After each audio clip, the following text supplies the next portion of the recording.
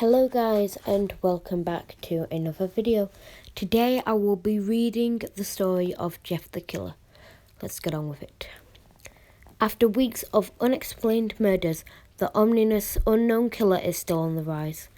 After little evidence has been found, a young boy states that he survived one of the killer's attacks and bravely tells his story. "I had a bad dream and I woke up in the middle of the night," states the boy. "I saw that for some reason my window was open, even though I had remembered it being closed before I went to bed. I got up and shut it once more. Afterwards, I simply crawled under my covers and tried to get back to sleep. That's when I had a strange feeling, like someone was watching me. I looked up and nearly jumped out of my bed.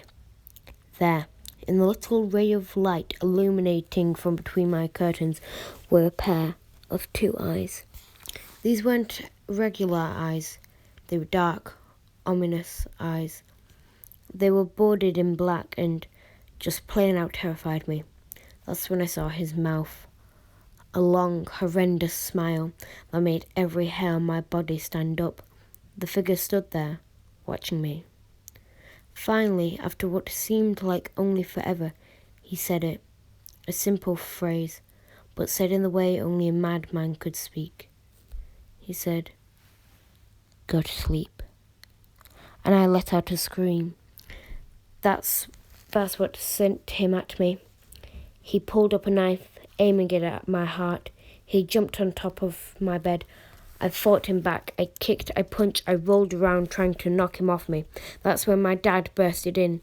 The man threw the knife. It went to my dad's shoulder. The man probably would have finished him off if one of the neighbours hadn't alerted the police. They drove into the parking lot and ran towards the door. The man turned and ran down the hallway. I heard smash, like glass breaking. As I came out of my room, I saw the window that was pointing towards the back of my house was broken. I looked out to see him vanish into the distance. I can tell you one thing, I will never forget that face. Those cold, evil eyes and that psychotic smile, they will never leave my mind. The police are still on the look for this man. If you see anyone that fits the description in the story, please contact your local police department. That is the first story that I've managed to find, and I will go on to a second one now. Jeff and his family had just moved into a new neighborhood. His dad had gotten a promotion at work, and they thought it would be best to live in one of those fancy neighborhoods. Jeff and his brother Lou couldn't complain though. A new, better house. What was not to love? As they were getting unpacked, one of their neighbors came by. "Hello," she said. "I'm Barbara. I live across the street from you, and I just wanted to introduce myself and introduce my son." She turns around and calls her son over. "Billy, these are our new neighbors." Billy said hi and ran back to play in his yard. "Well," said Jeff's mum, "I'm Margaret. This is my husband Peter and my two sons, Jeff and Lou." They each introduced themselves, and then Barbara invited them to her son's birthday party. Jeff and his brother were about to object when his mother said that they would love to. When Jeff and his family were done packing, Jeff went up to his mum. "Mum, why would you invite me to some kid's party? If you haven't noticed, I'm not just some dumb kid."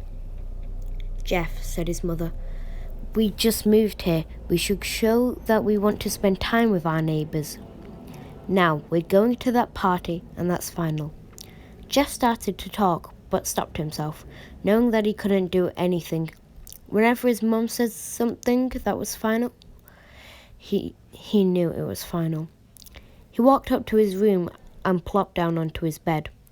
He sat there looking at the ceiling when suddenly he got a weird feeling. Not so much a pain, but a weird feeling. He dismissed it as just some random feeling. He heard his mother call him down to get his stuff, and he walked down to get it. The next day, Jeff walked downstairs to get breakfast and got ready for school. As he sat there, eating his breakfast, he once got that feeling again. This time it was stronger. It gave him a slight tugging pain, but once he had dismissed it, as he and Lou finished breakfast, they walked down to the bus stop and sat there waiting for the bus. Then all of a sudden, some kid on a skateboard jumped over them inches above their laps. They both jumped back in surprise. Hey, what the hell? The kid landed and turned back to them. He kicked his skateboard up and caught it with his hands. This kid seems to be about 12, 1 year younger than Jeff. He wears an Aeropostale shirt and ripped blue jeans. Well, it looks like we've got some new meat. Suddenly, 2 other kids appeared. One was super skinny and the other was huge. Well, since you're new here, I'd like to introduce ourselves. Over there is Keith. Jeff and Lou looked over to the skinny kid. He had a dopey face that you would expect a sidekick to have. And he's Troy. They looked over to the fat kid. Talk about a tub of lard. This kid looked like he hadn't exercised since he was crawling. And I, said the first kid, I am Randy. Now, for all the kids in the neighbourhood, there's a small price for the bus fare, if you catch my drift. Lou stood up ready to punch the lights out of this kid when one of his friends pulled a knife on him. Tisk. Sorry, I'm not good with noises. I had hoped you would be more cooperative, but it seems we must do this a hard way. The kid walked up to Lou and took his wallet out of his pocket. Jeff got that feeling again. Now it was truly strong, a burning sensation. He stood up, but Lou gestured him to sit down. Jeff ignored him and walked up to the kid. Listen here, little punk. Give back my bro's wallet or else. Randy put the wallet in his pocket and pulled out his own knife. Oh, and what will you do? Just as he finishes the sentence, Jeff pops the kid in the nose.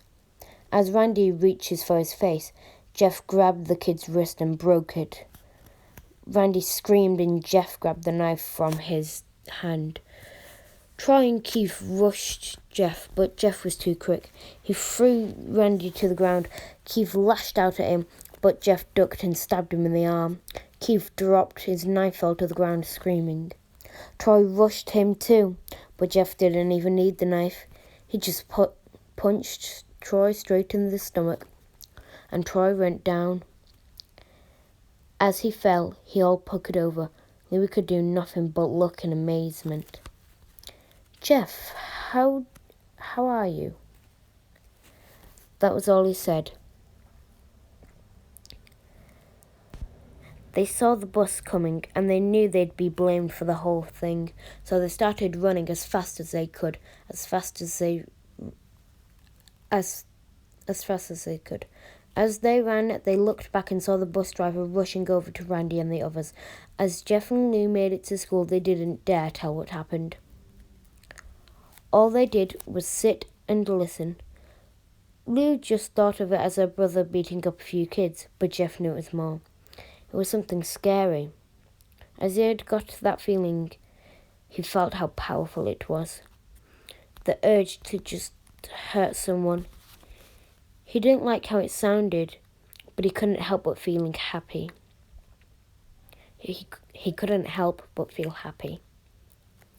He felt that strange feeling go away and stay away for the entire day of school. Even as he walked home due to the whole thing near the bus stop, and how now he probably wouldn't be taking the bus anymore, he felt happy. When he got home, his parents asked him how his day was, and he said in a somewhat ominous voice, "It was a wonderful day." Next morning, he heard a knock at his front door. He walked down to find 2 police officers at the door, his mother looking back at him with an angry look. "Jeff, these officers tell me that you attacked 3 kids. that it wasn't regular fighting and that they were stabbed. Jeff's gaze fell to the floor, showing his mother that it was true. Mom, they were the ones who pulled the knives on me and Lou. Son, said one of the cops, we found three kids, 2 stabbed and 1 having a bruise on his stomach. And we have witnesses proving you fled the scene. Now, what does that tell us? Jeff knew it was no use. He could say him and Louis had been attacked. There was no proof of it. They couldn't say that they were fleeing because, truth be told, they were. So Jeff couldn't defend himself or Lou. Son, calm down your brother. Jeff couldn't do it, since it was him who beat up the kids. So it was me. I was the one who beat up the kids. Louis tried to hold me back, but he couldn't stop me. The cop looked at his partner and they nod. Well, looks like a year in juvie. Wait, said Louis. They all looked up to see him holding a knife. The officers pulled their guns and locked them on Louis. It was me. I beat up them little punks. I have the marks to prove it. He lifted up his sleeves to reveal cuts and and bruises, as if he was in a struggle. Son, just put the knife down, said the officer. Louis held up the knife and dropped it to the ground. He put his hands up and walked over to the cops. No, Louis, it was me. I did it. Jeff had tears running down his face. Huh? Poor bro. Trying to take the blame for what I did? Well, take me away anyway, Lou said to the police. The police led Lou out to the patrol car. Lou, tell them it was me. Tell them I was the one who beat up those kids. Jeff's mother put her hands on his shoulders. Jeff, please, you don't have to lie. We all know it's Lou. You can't stop. Jeff watched helplessly as the cop car speeds off with Lou inside. After a few minutes, Jeff's dad pulled into the driveway. Seeing Jeff's face and knowing something was wrong. Son, what is it? Jeff couldn't answer. His vocal cords were strained from crying. Instead, Jeff's mother walked his father to break the bad news to him as Jeff wept in the driveway. After an hour, Jeff walked back into the house, feeling that his parents were both shocked, sad, and disappointed. He couldn't look at them. He couldn't see how they thought of Louis when it was his fault. He just went to sleep, trying to get the whole thing off his mind. 2 days went by. No word from Louis at JDC. Sorry, that took a while. No friends to hang out with, nothing but sadness and guilt. That is until Saturday, when Jeff was awoken by his mother's happy, shiny face. Jeff, it's a day, she said as she opened the curtains and let the light flood into his room. What's today? Jeff asked, half awake. Why, it's Billy's party. He was now fully awake. Mom, you're joking, right? You don't expect me to go to some kid's party after... There was a long pause. Jeff, we both know what happened. I think this party could be the thing that brightens up the past few days. Now get dressed. Jeff's mother walked out of the room and downstairs to get herself ready. He fought himself to get up. He picked out a random shirt and a pair of jeans and walked downstairs. He spotted his mother and father all dressed up, his mother in a dress and his father in a suit. He thought, why would they ever wear such fancy clothes to some kid's party? Son, is that all you're going to wear? Said Jeff's mum. Better than wearing too much, he said. His mother pushed down the feeling to yell at him and hid it with a smile. Now, Jeff, we may be overdressed, but this is how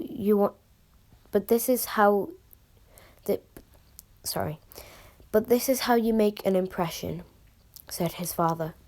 Jeff grunted and went up to his room. I don't have any fancy clothes, he yelled downstairs. Just pick out something, called his mother. He looked around in the closet for what he would call fancy. He found a pair of black dress pants he had for special occasions and an undershirt. He couldn't find a shirt to go with it. He looked around and found only stripped and patterned shirts, none that go with the dress pants. Finally, he found a white hoodie and put it on. You're wearing that? They both said. His mother looked at her watch. Oh, no time to change. Let's just go, she said, as she herded Jeff and his father out to the door. They crossed the street over to Barbara and Billy's house. They knocked on the door and Barbara appeared, just like his parents, way overdressed. As they walked inside,